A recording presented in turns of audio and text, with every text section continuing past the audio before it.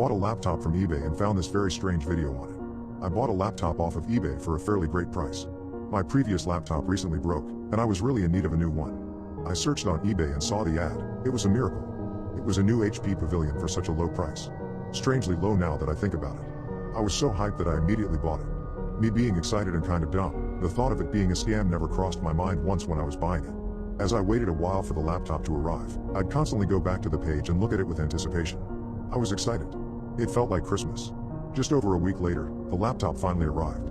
A bit annoyed, I noticed that there was not much protection for the laptop in the box it came in, but luckily it was fine. I opened the laptop and immediately saw a sticky note on the screen. It was a 4-digit PIN. I was very confused about the course. Why would the seller not remove their account and give me their PIN? Why wouldn't they do a hard reset before shipping it? Of course, I used the PIN and signed into the account. My curiosity tends to defeat me.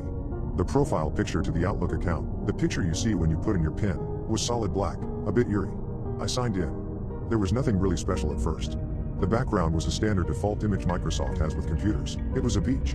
I assumed all of the files and everything would be clear, but the seller left a few things in the files. What sensible person would leave their files to a stranger's viewing? There were things, photos and a video. There were photos of woods and a river. Woods were first, and then the river came. They didn't seem planned out though, almost as if the photos were accidents.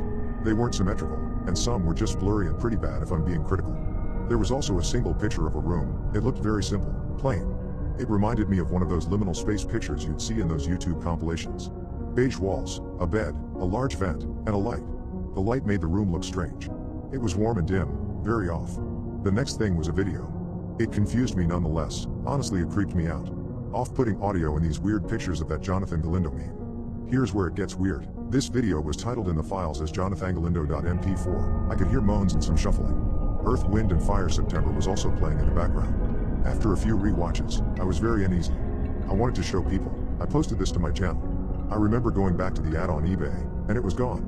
The seller's name wasn't Jonathan Galindo though, his name was Thomas. Shipped from a town in Utah, it wasn't a real town or address. I don't know if this was all some prank pulled by the seller, but if it was, it would be very far-fetched. What person would go through the process of setting up an eBay ad, making this video, putting it on a nice computer, and selling it for such a low cost? Even giving sign-in info of his account? I don't get it. That's all there was. I tried searching for more things, kind of wanting to see some more. There wasn't. I'm no tech genius, but I do think that there is nothing further to analyze. Just a weird video. After messing around on the laptop for a bit, I decided to call it a night and head to bed. As I tried to sleep, I couldn't help but think about that damn video. The uncanny groans resonated in my head. I began to piece together the pictures in the video, making up theories and ridiculous conclusions. Was someone unalived? Was their body dragged through the woods and dumped into a river?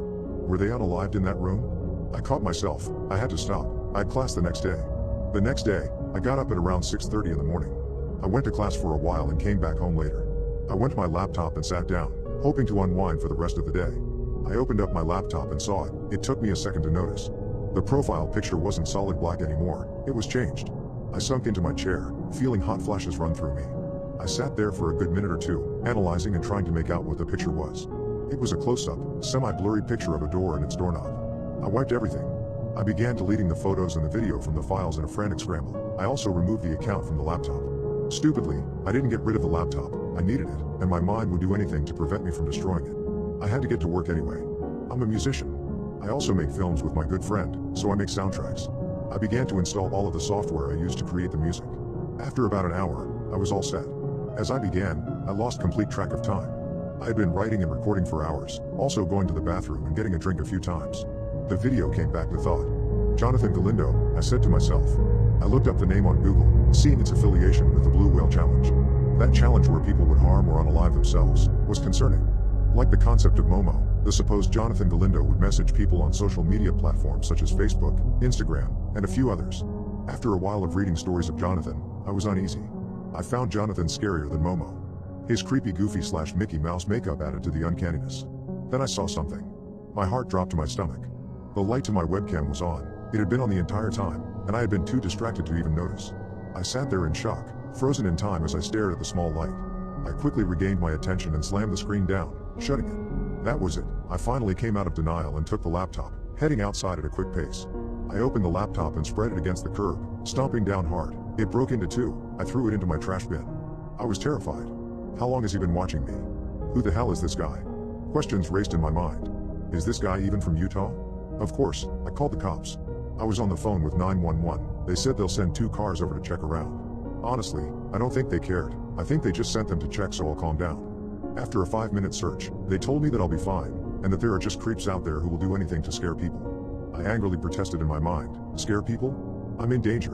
But I think they were right.